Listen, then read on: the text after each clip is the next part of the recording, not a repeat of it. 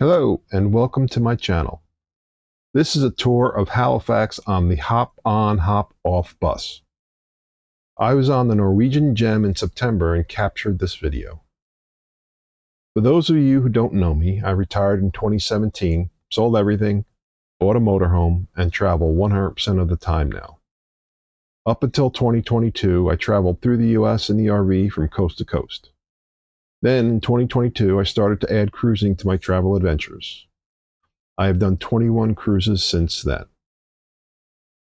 I purchased this excursion through the cruise line, and for those that are unfamiliar with Norwegian, they offer $50 off each excursion you book through them if you have what's known as the Free at Sea package.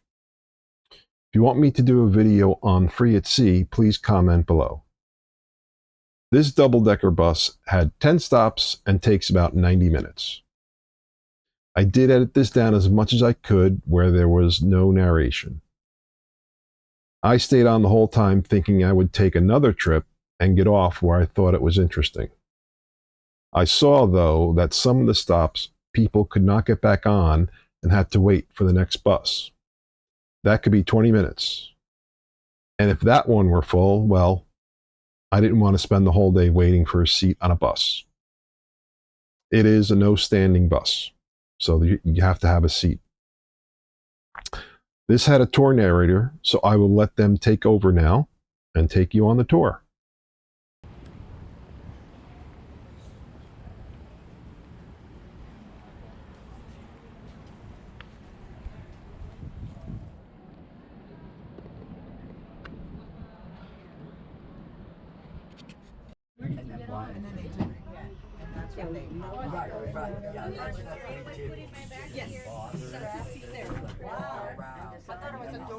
Then you pick just pick where you want to stop.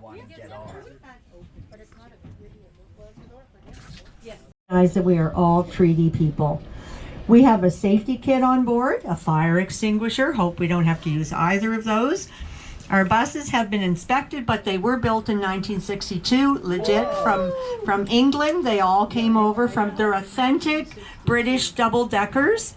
Your all on board time is?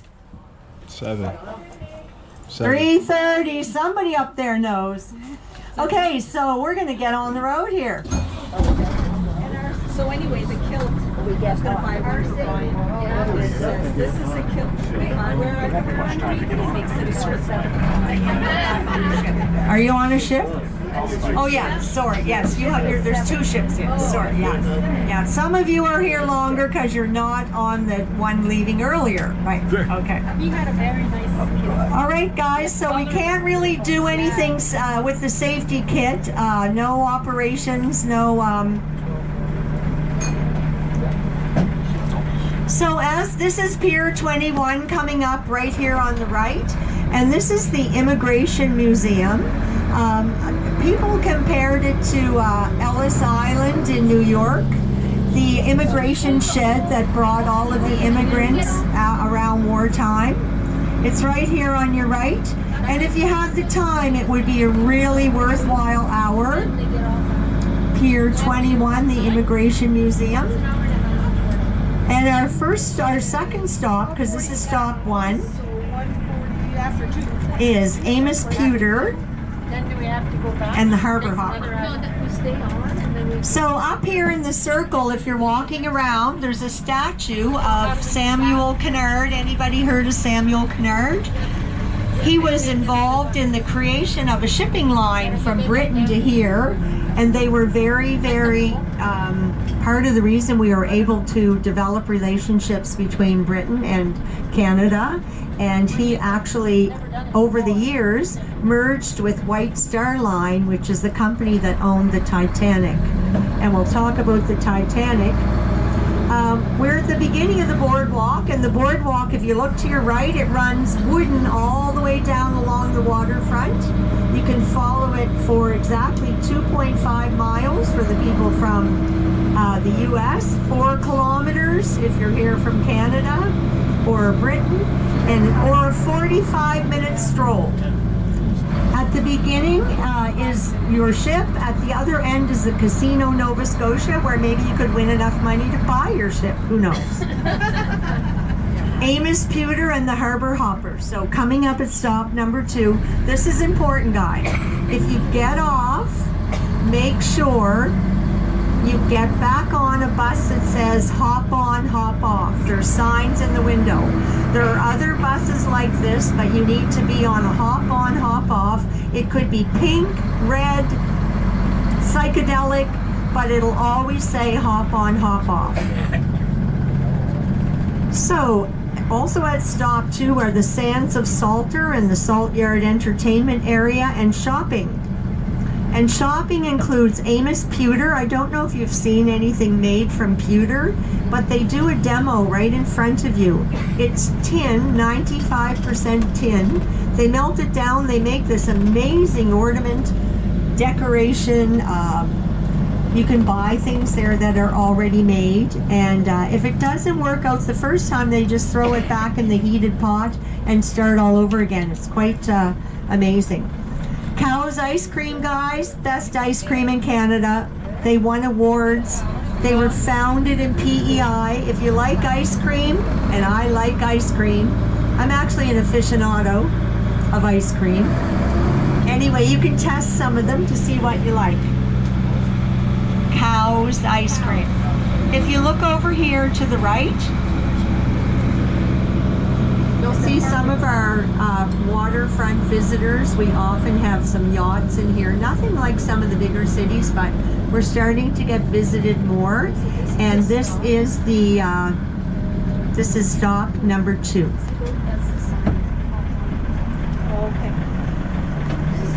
So do we get off at 3 or what? If someone gets off, folks upstairs might want to move down. It's definitely cool down here. It's okay down here. And we're going to move on now. There's the Harbor Hopper, guys. It goes in the water. There is a heater up there. It's on. Who knew? Okay, so now we're going to move on to stop number 3. And stop number 3 is St. Mary's. No, it's not. It's the Maritime Museum of the Atlantic. Anybody going to that? Yeah. That's a really worthwhile tour there. It's a cable wharf patio. If you come out of the museum and you want to have a beautiful lunch, you can walk over on the water side to what's called the cable wharf, and you can eat outdoors or you can eat inside, and it's actually all different seafoods. It's wonderful. The Maritime Museum of the Atlantic, part of a vast network of museums. It features the Halifax explosion, the Titanic exhibit, which is, people come from everywhere to see the Titanic exhibit. And it's the only surviving ship, the CSS Acadia, hydrographic survey ship. It was built in 1913, and it is the only one who survived the Halifax explosion. So, a museum is great. If you want to get tickets for the Harbor Hopper, you can get them right here. Oh, we're going to talk about that. That's very important to this trip. Yeah, it really is. Uh-oh, that's well. Is driving, and we're headed off now to stop number 3, St. Mary's Basilica. But a couple of very big highlights on the way. I hope you enjoyed the Maritime Museum of the Atlantic. People come just for the Titanic part of it. There are lots of ancestors who have seemed to be tracking down their folk who were buried here several years ago. So we're now going up Prince Street, and on the left-hand side, a very famous Irish pub, the Old Triangle, and they have a special license to open on St. Paddy's Day at 7:30 in the morning. People are lined up most of the night waiting to get in, and it goes all day and into the morning, like 2, 3 in the morning. They eat and drink, and then they call paddy wagons and they all go home. On the right-hand side there on the corner is our Province House, and we'll come by it again from the other side. But that's the House of Assembly for the provincial leaders, our Premier and all of our MLAs. and that's where the legislature meets regularly, and sometimes everybody agrees with what they decide while they're meeting.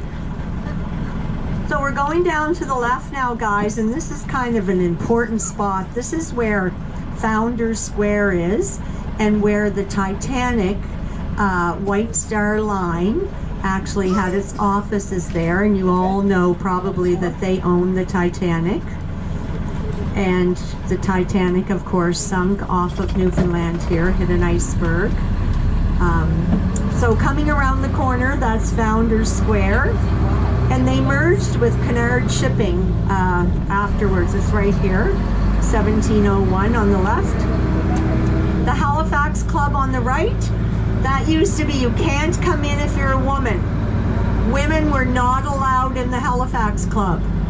And all of the, I'm going to say the cigar smoking, kind of brandy sniffing, gentlemen were the only ones allowed. But now, guess what? It's owned and operated by all the senior executive are women, and it's owned by a couple of women. Woohoo! We have arrived. Sorry, gentlemen, I don't mean to be mean, but that was like. 200 years later, it's not me. So they're ripping down buildings here like every day almost. And like this side of the road too. I don't even know what the Chronicle Herald was one of the big buildings here. Ken, do you know what that building was? So he can't hear me most of the time, or he turns me off. It's like a partnership relationship now. On the right-hand side of the road, coming up very soon, is the Lieutenant Governor's house. And unless you live in Canada, you probably don't have a Lieutenant Governor, but every province has one that's appointed by the Queen and now the King. So King Charles would be the appointer. So this is the back side of Province House, the wrought iron gate and the rails there. And if you look up there, but it was the front of the house, but the ladies of the evening who plied their trade on the road at midnight as men were coming home, I'm winking and nudging you, the Mrs. Lieutenant Governor decided the front door should be on the other street so he wouldn't have to walk out and see all of these women trying to allure him into a deal for the moment. So we're going up Morris Street here, and I don't know if everybody knows of the Heritage Society, but if your home is designated a heritage property, you can't do anything to it on the front. The first house on the left, 5170, it's a heritage property. It's for sale for $2,199,000. Now that is Canadian. The Halliburton House Inn is absolutely stunning, but they have to remain intact in the way that they kind of were originally established. So if you want to paint it red with pink polka dots and you paid $2,199,000 for it, you can't. You can't. No. You have to talk to the Heritage Society and they'll let you know.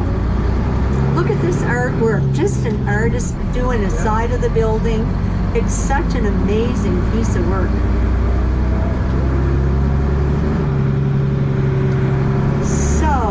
Coming up on the right to the front side of the Lieutenant Governor's house. And I always like to say Lieutenant Governor is spelled L-I-E-U.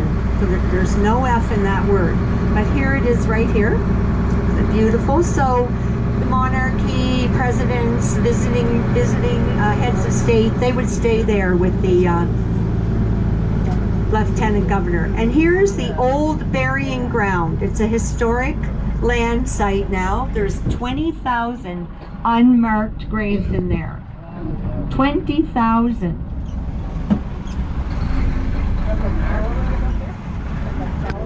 It was started in 1749. There's no longer any activity in there, literally and figuratively. You can't do anything new, but you can go in and look at all of the different things that they've mapped and how they've come up with who might be there, and it is a federal historic site. Here's St. Mary's Basilica. It's a Gothic revival basilica of granite and ironstone. And when I was in Europe, our tour guide described all the churches they have there as an ABC, another big church. But you can go inside. The doors are open to the public. So this is stop number 4, St. Mary's Basilica. And guys, if the next stop is number 5, halfway up the street, is the public garden. Some people get off and walk Spring Garden Road and get on at the other stop. 10. And on the left-hand side, as we start to move up to stop number 5, the public gardens, this is one of our Dalhousie University buildings. Dalhousie owns a lot of the South End, and this is one of their buildings. And we, as you know, Dalhousie's we have 40,000 university students come into the city of Halifax in September, because we have 3 universities in the city, 1 on the Bedford Highway, and a couple of 3 community colleges, so it's very busy. There it is there, Dalhousie. So on the left is our new library. Look at the architectural design. It's a stack of books, like they threw them down and they landed, you know, the biggest, the littlest, the next littlest. You can go right up to the top and walk out into the smallest book on the top and look all out over the city. Fascinating. This is Spring Garden Road. It is one of the most popular streets. Spring Garden, yeah. One of the most popular streets in Halifax. There's 250 shops, restaurants, cafes. A lot of the mall here, there's a lot of higher end stores. There's a lot of sports stores. The bars are pretty good. We have more bars per capita than any other city in Canada. Just don't know what that says actually, but so as we're coming up here on the right to the public gardens, you see the ornate gates as we come up to the lights, and it looks like the light is going to be red for a minute, so I might have time to tell you that those gates, those big ornate gates on the right hand over here in the corner, they can only be open when royalty is in town. The public gardens was donated, see the ornate crests over here on the right? They only open those gates if we have a king or a queen or somebody royal. The peasant people have to walk through the side gates. Over here is the statue of Robbie Burns. Everybody know who he is? Oh yeah. Robbie Burns. He's a poet, and he wrote that famous New Year's Eve song, Auld Lang Syne, yeah. I'd sing it for you, but I don't want to scare you. Over here on the right is the entrance you would go in if you're getting off. There's washrooms right inside the gate. There's a coffee shop, there's an ice cream place, and 16.4 acres of gardens, statues, fountains. Yeah, I don't remember that. Oh, I don't remember. So the public gardens, guys, look at the wide paths. Those were built because, why? Because back in the day, pardon? Carriages and women who strolled wore the big hoop skirts at the bottom. They couldn't pass each other unless they had enough width, yeah. So this was actually designed by a fellow who, Robert Burns, no, not him, wrong. William Young. He actually got his training how to garden in the park in New York. Central Park, yeah. So we have a big fountain in here. There's a bandstand. We have band concerts in there. It's quite lovely. So many different flower arrangements, beds. In 2003, we had Hurricane Juan, and there were tons of trees that were taken down that were centuries old. And the fountain there, people go in there and throw coins in it and make a wish. So going down this way, on the left-hand side is our first professional soccer league. And they're called the Halifax Wanderers, and they play teams from all over Canada. And we're going to be seeing the first sight of Citadel Hill as we come down here a bit. But there's a pond here, and if you look in the pond, there's a replica of the Titanic. that was put in that swampy pond there with all the lily pads and all of that. You look out into the center and you'll actually see the replica. It took 100 hours to build that replica, and it's not very big, but it's to scale. So on the left-hand side, after the lights, is Citadel Hill. Citadel Hill is used by students, by people having lunch, by people who want to fly kites, who want to sled, any number of things. It's open for public use.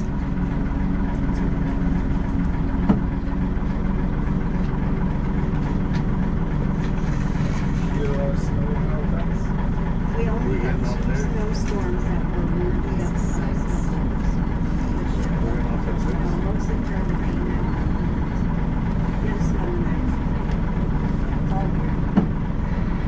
So Fort George is the name of the fort at the top of Citadel Hill. It was built in 1856, and it was the 4th in this location, named after King George II. Halifax Citadel never had a shot fired against her in anger. In 1869 is the year that is reenacted at the fort with the military in the garb of the 78th Highlanders. If you go into the fort, you'll see folks who work there, and they're dressed in actual periodic garb.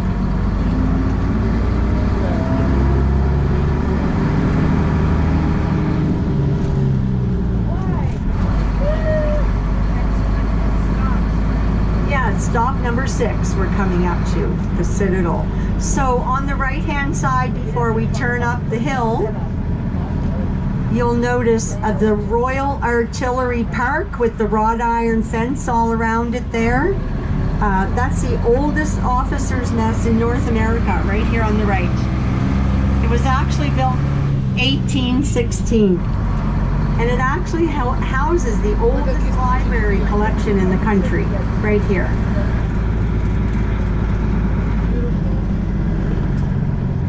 There's a picture on the sign welcoming you to Citadel Hill, and that's the garb that they wear. There was a guy standing out front dressed like that when we came by on an earlier stop. Sometimes you see them outside. They're the 78th Highlanders Foot Regiment.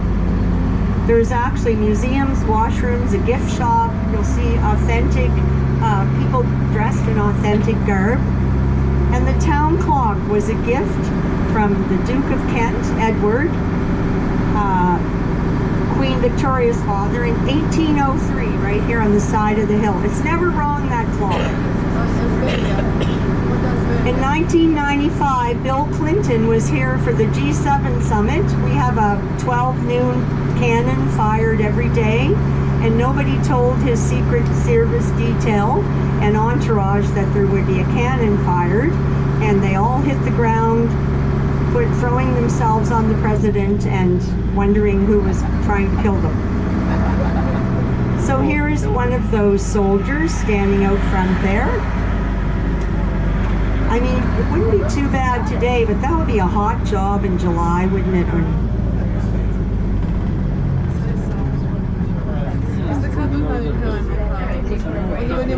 There's no room on the unless people are getting up. Those smokestacks that you can see out through the front window.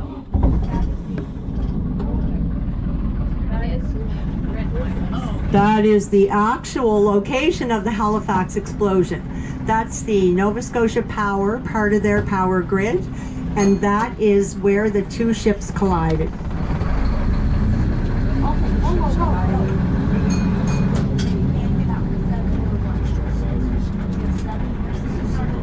Full, capital F-U-L-L bus. So everybody look out ahead there. We were talking about the smokestacks, the red and white striped smokestacks over here to the right behind the bridge. That is the part of the harbor where the Halifax explosion happened. It's called the Narrows because it's the narrowest part of the harbor.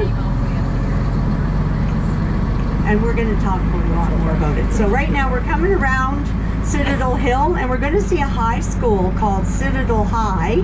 As you look down, it's a huge high school. It took the place of 2 smaller high schools, and the significance of it is it has a grass roof, and it collects water, and it flushes all the toilets in the building. So they don't have to use any city water.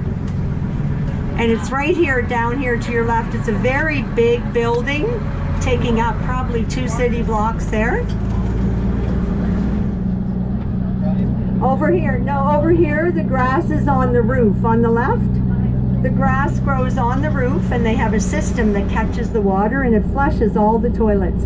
So they're saving a considerable amount of city water, right? Ahead of us is the Halifax Commons, given to the common people by the monarchy as a gift. And every sport, basketball, volleyball, pickleball, what's that? Pickleball. Pickleball has become quite popular here. Baseball.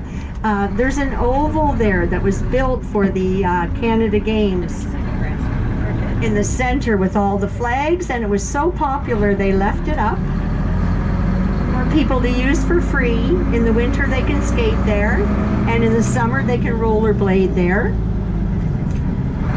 We've had some really important people here. We had a concert with Sir Paul McCartney, and the whole Commons had a fence around it, and it was full. You couldn't see the grass. There was so many people. And we also had the Rolling Stones, and Diane and Charles were here when they were first together, and they actually spray painted the part of the Commons that they were going to walk on green because they didn't think it was green enough. So that's what they'd do with that if I was coming, I think. Over here is the armories. This is where troops, cadets would practice and prepare to be deployed. It's just been refurbished. That street is having a wicked big party. That's at Regula Street down there. The whole street is closed. We're supposed to go down there, but they're what they call an urban renewal street. There's all kinds of theme of all kinds of cafes, like pubs, breweries, little mini breweries, gastropubs, that's the word I was looking for. And it's just a very, very popular place to live. The homes are anywhere from 400,000 to 2 million, and very, very popular to live in that area. It used to be yucky, and now it's uppity.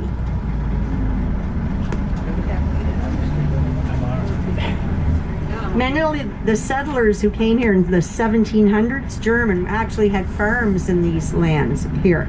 All of this end of the city was destroyed by the Halifax explosion. It happened in 1917. Rebuilding slow in construction, you can imagine. It was on December 4th at 9:04 in the morning.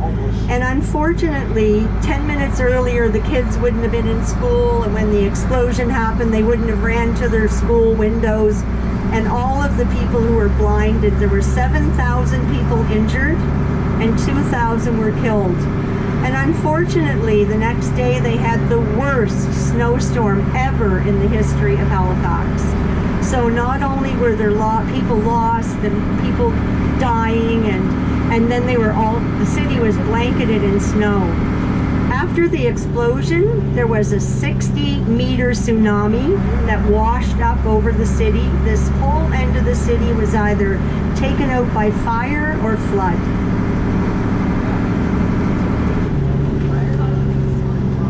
The explosion was caused when 2 ships, one called the Mont Blanc, was coming into the harbor with 2,925 metric tons of TNT and other explosives.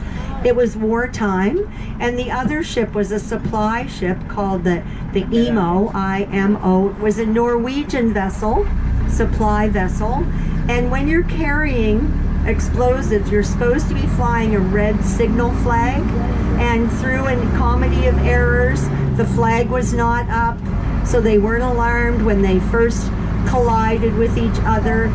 But the Mont Blanc, the folks jumped off and got in the boats, the tender boats, and rode over to nurses who came to help.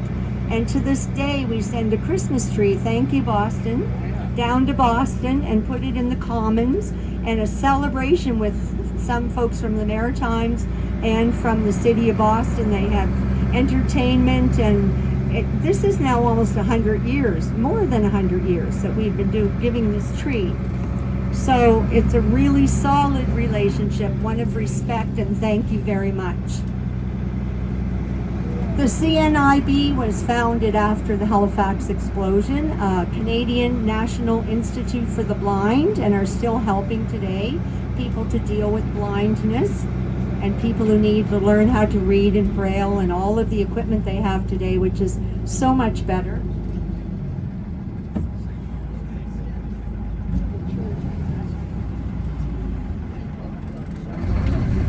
On the left here, coming up, is the Hydrostone, the little village of the Hydrostone neighborhood.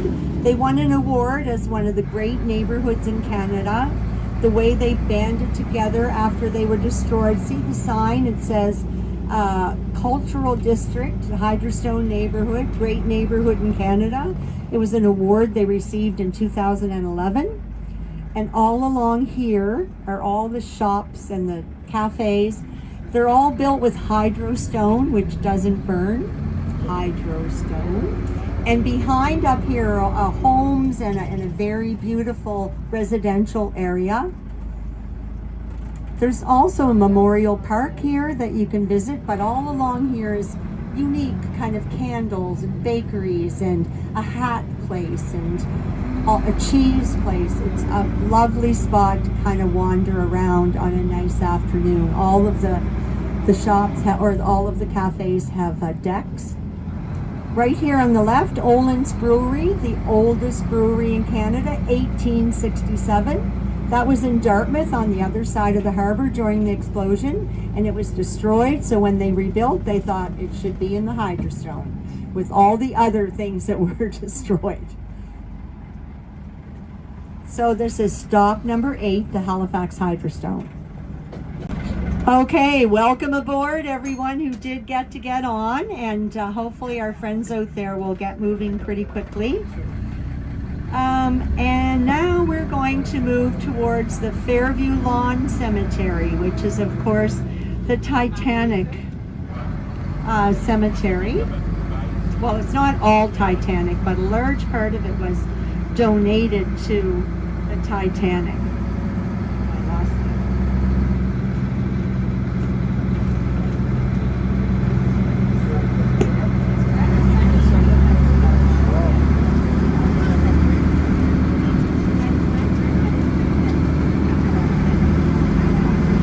So the Fairview Lawn Cemetery is famous and visited by people from all over the world on a regular basis because of the Titanic graveyard that is inside of it. Normal people are buried there. I have an aunt and I have a cousin buried in that cemetery, so people are still using it. But this particular section was bought by the White Star Line, which was the company who owned the Titanic. When the bodies were brought back to Halifax, they had a procession through the streets, and they were put at the Mayflower curling rink and laid out. They put everything that they could to try to identify the folks. And this seems like a morbid thing, but it really was helpful. And in the Halifax explosion, they followed the same protocol. If they found a person, they took all of their personal, anything that could identify them, they numbered the body, and they put all the stuff they had in a bag and numbered it identically. So they were able to use that information that they had invented for the horrific thing that happened before that. You all know of the movie Oppenheimer. Oppenheimer was about the atomic bomb. And the Halifax explosion was the biggest man-made explosion prior to the atomic bomb, and then that became the biggest.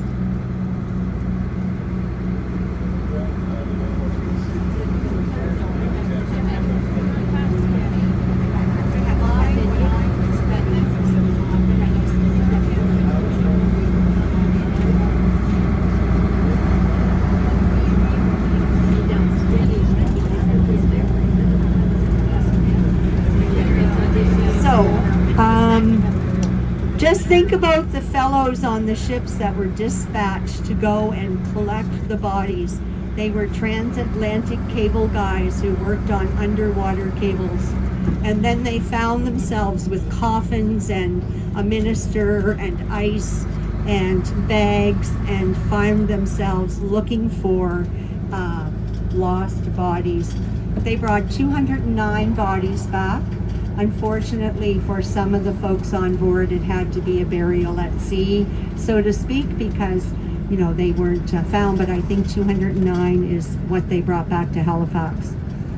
So imagine the aftermath of trying to adjust your mind to what you went through during that period as a young fellow who had only ever fixed a cable before, and now all of a sudden you're facing something like that.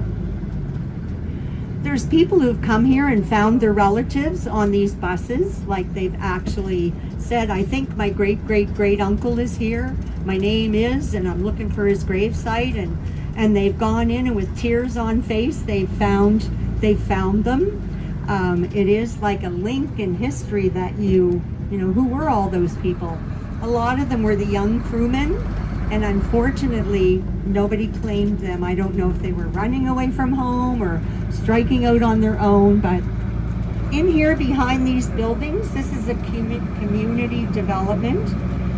There's a big, huge garden that they all work on together, like anybody can contribute to it. Everybody shares in the riches of it, and they have their own daycares, and they really look after each other. So we're pulling up to the Fairview Lawn Cemetery, and if you look up the hill here, all of those in a row, you can see all the little ones by the lady with the pink shirt on up there. They're all kind of lined up in a row, and they look like the hull of a ship. They're actually laid out like the hull of a ship. Stop number 9, the Fairview Lawn Cemetery. Okay, we are about to proceed back to stop number 10 and home to your ships, your prospective ships. I know some of you are on the Holland America, and some of you are on, what's the other ship? Norwegian Cruise Lines, Gem. I was on the Prima in the fall, Norwegian Cruise Lines. I have to tell everybody this because I love this part of the story. This is the end of one of the best stops of the hop on, hop off, this muddy pit. And that's the only way you can get turned around. You got to use this.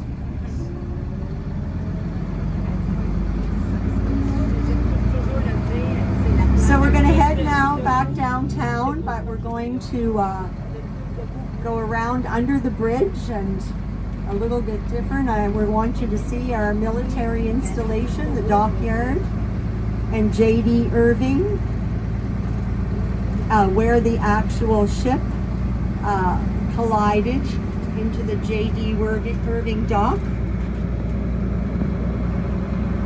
That was a very, very big tragedy for Halifax, and actually one of the survivors, it was in 1917, so in 2017 or 2012-ish, there was a 95-year-old who had survived the Halifax explosion, and they were featured like kind of yearly on their birthday, and it was a big, big deal. Yeah. If you lived through that and you lived in this end of the city, that was like a miracle.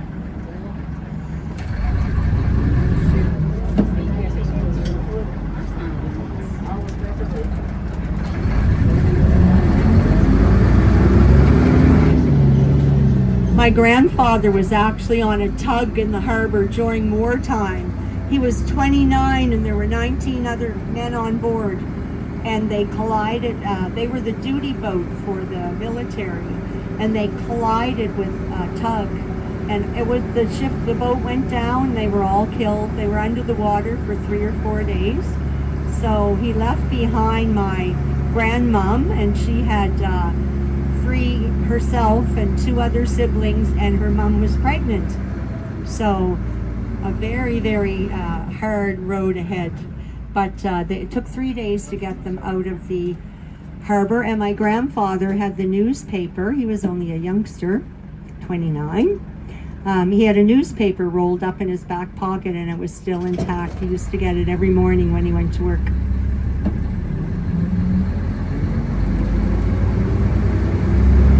So coming down over the hill here is the Bedford Basin, and this is where this is the end of the water from the harbor. Up here on the left, it's kind of foggy right now, but that's where the ships used to go up there, the big naval ships, and they would do their formation and get ready to go out through the harbor past all the docks, and all the people would wave them off, and they were going to the Boer War or the World War II or whatever, a training expedition or whatever it was. That's where they rallied and started back up the harbor.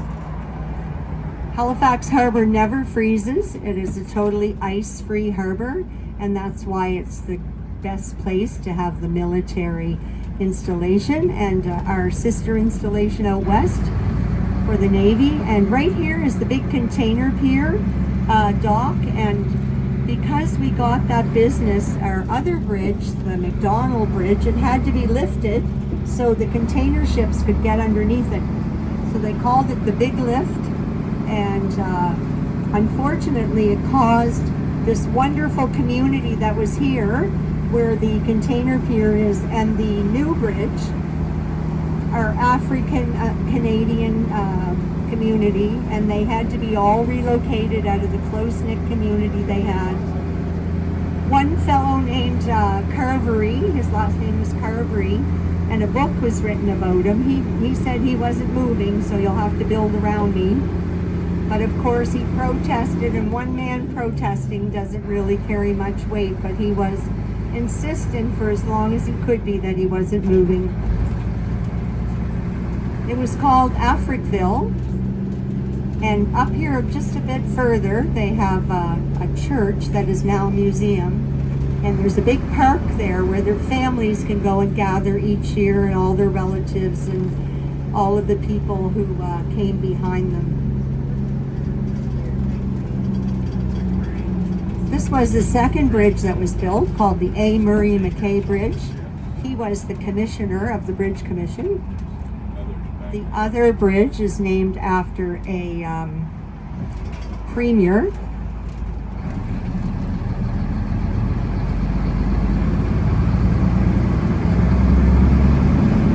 A lot of condos and houses now built around Bedford Basin. Bedford has become a city in and of itself. We used to be Bedford City, Halifax City, Dartmouth City, and now we're HRM, all part of one municipality, and it's actually over 500,000 people now in HRM, which is, you know, a small big city. The province of Nova Scotia has a population of 1 million, so Halifax, HRM, has half of the population of the whole province.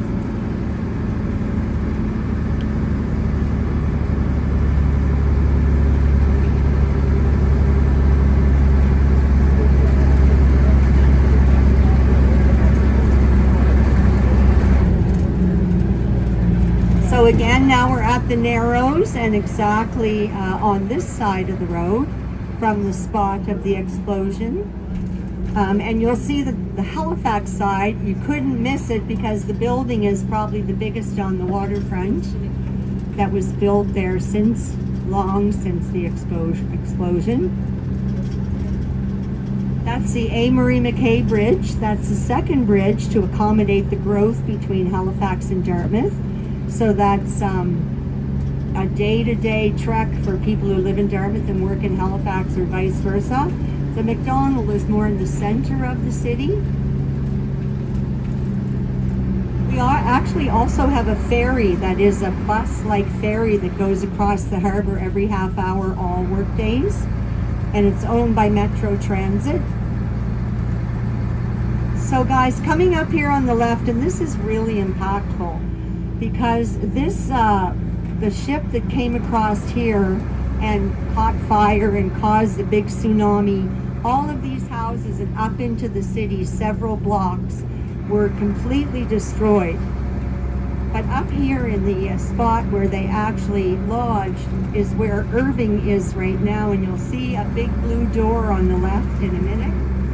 They have a contract to build naval ships, and there's the door right there, the big door. And this is actually where the fully built ship comes out this end. That's very hard to believe, but it starts on the other end in the assembly hall, which is quite low, and then they go into the module hall, and it comes out the end fully developed. They had to have some new courses put into our community college to accommodate the trades that were required to staff that operation. So down here in the low part, and then out here, poof, out the end here we have a ship. We went by one day and it was a ship. So I just think about the people who bought houses on the other side of the road years and years ago, and they could see the harbor, and now they can see a blue stripe and a big white wall. So not nearly the same.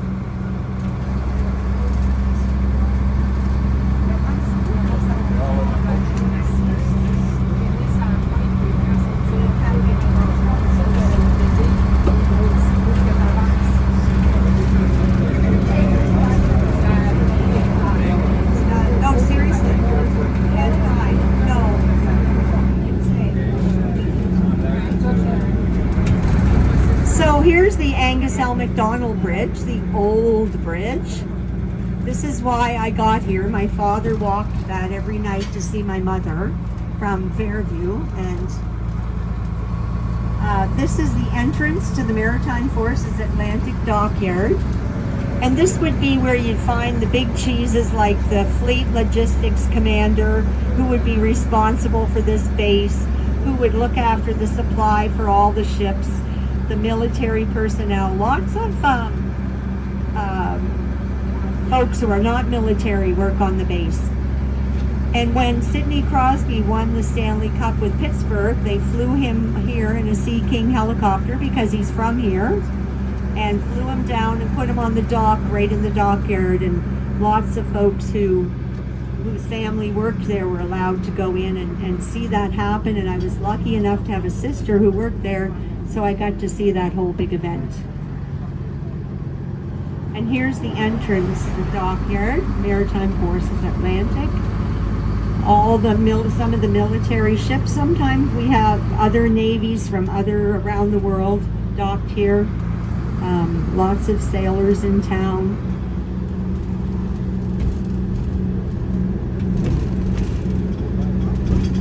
Born, bred, brought up. Every day, yeah. I've traveled a fair bit, but this is where I've lived, yeah. I love it here, really. I don't know if I do, because I've never lived anywhere else. So the next stop we're going to be coming up to is the last one, stop number 10, Province House and the Art Museum.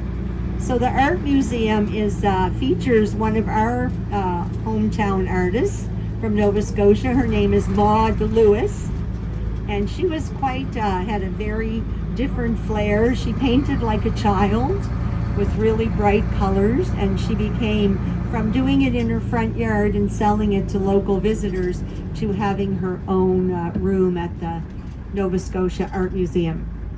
Lots of military ships in there today. We have submarines, and we have icebreakers, and we have the military fleet for the East. We also have Air Force and Army here, but this is the biggest, the Navy.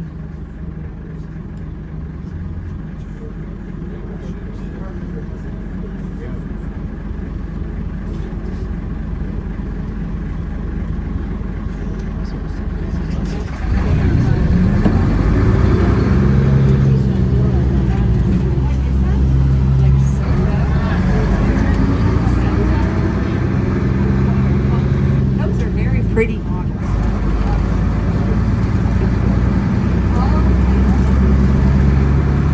So guys, over to the left, those little domes that kind of look like a Taj Mahal, that would be the Casino Nova Scotia. We have 2 casinos in Nova Scotia. That's not a lot, I know, but there's this one in Halifax. And these two buildings, just beyond the casino, that look identical, Purdy's Towers 1 and 2, they have tubes going up the side of the building, and that takes water from the harbor, and it's used for their cooling system.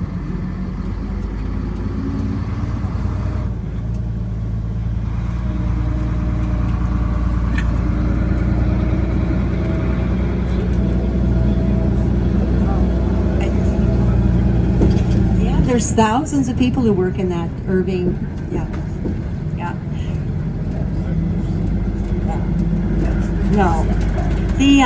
The Dalhousie University Engineering Department, Irving is there waiting for the graduate class when they come out of there. If you can come to Halifax with a bucket of money, you can open a parking lot, because you can never find a place to park. This is historic properties on the left, and those are all little malls. So if you started at the casino, that's one end of the boardwalk. You'd go back to your ship, that's the other end. It's of course the same distance as going the other way. But this is as far as you would go to be at the end at the casino. We have a privateer's warehouse where they have a bar, and it's famous for being a great kind of Newfoundland country.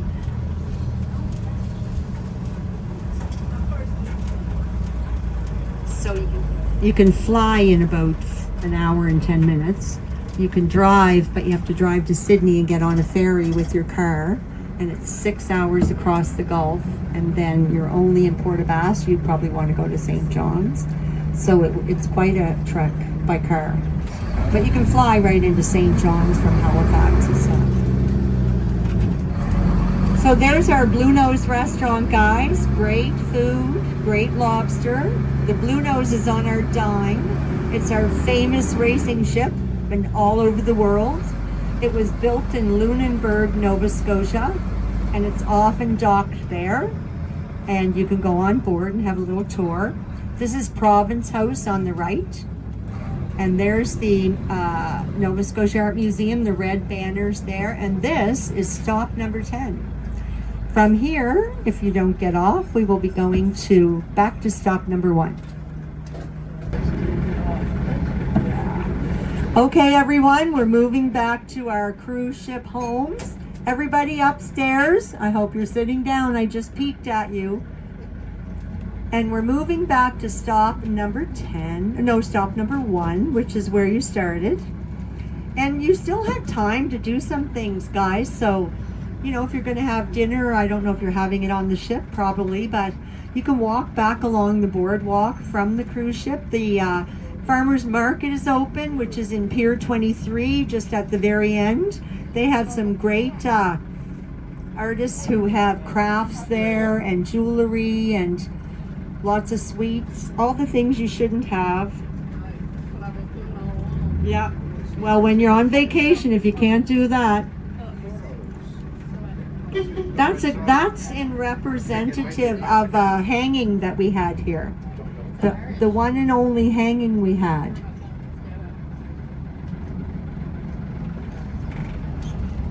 Okay, so back around and home for tea.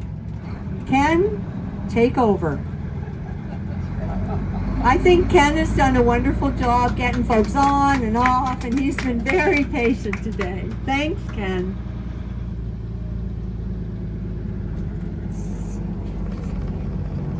This is the Nova Scotia Supreme Court right here, and this is the back side of it. It doesn't really look that unofficial, but this is where you would go if you did more than get a parking ticket.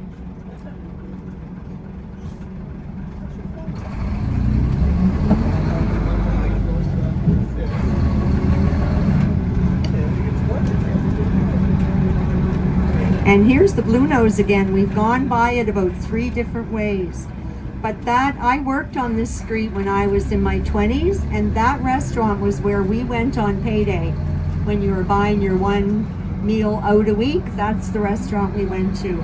It's open 365 days a year. You can come downtown when everything else is closed. That's open. And it's just like a family cooking type arrangement.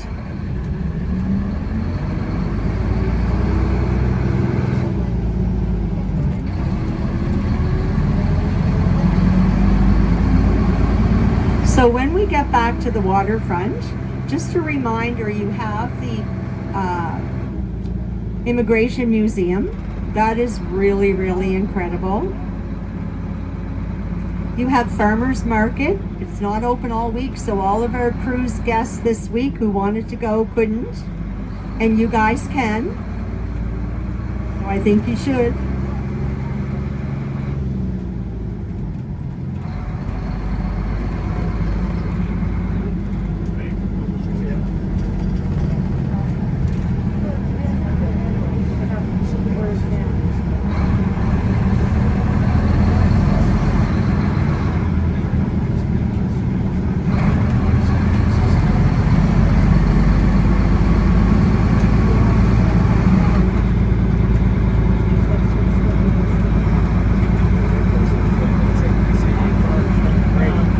So the museum, Pier 21, I'll just give you a couple of highlights if you have a couple more minutes to give me.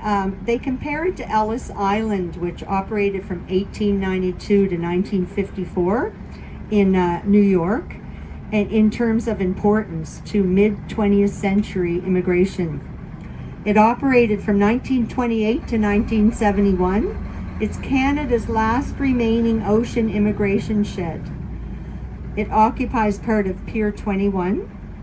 Approximately 1 million immigrants, nearly 50,000 war brides, and 22,000 children starting in 1940. About 500,000 troops sailed from Pier 21 in World War II. And as I said, the seaport market is there.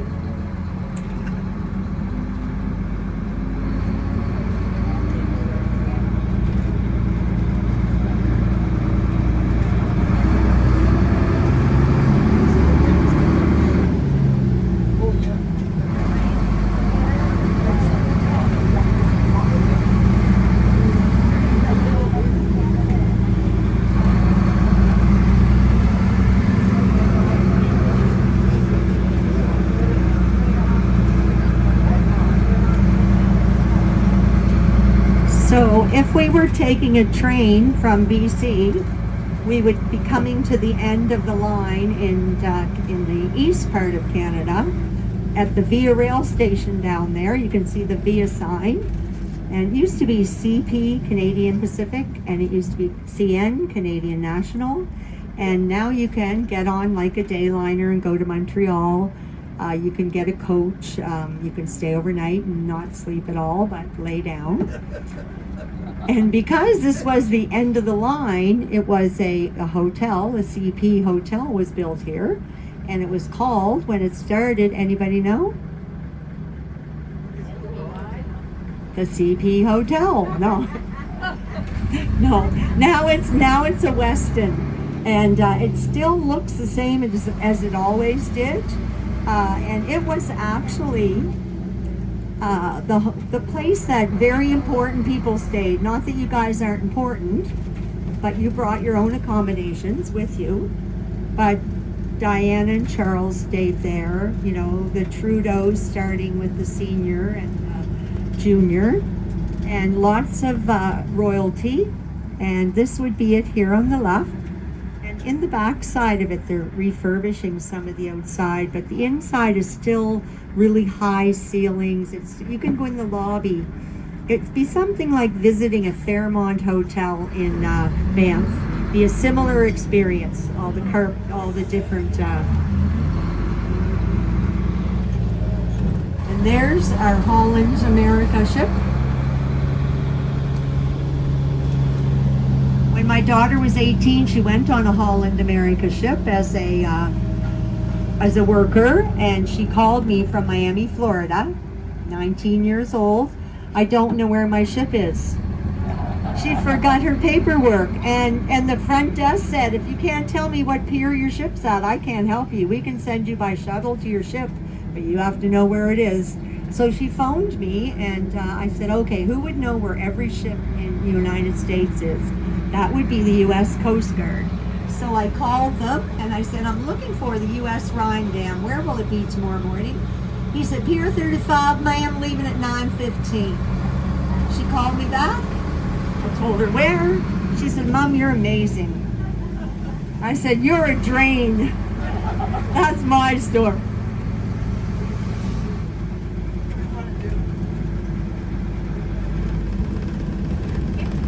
Thank you so much, everyone. Ken and I loved having all of you and all of you and all of you a few times. Don't forget your bags. Don't forget your coats. Don't forget your phones, cameras, wives, husbands. We're right back here.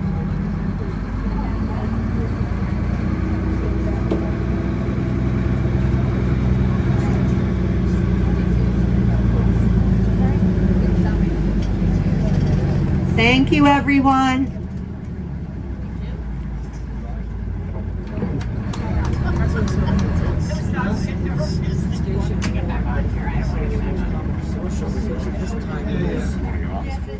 If you found this useful, please hit the thumbs up and subscribe.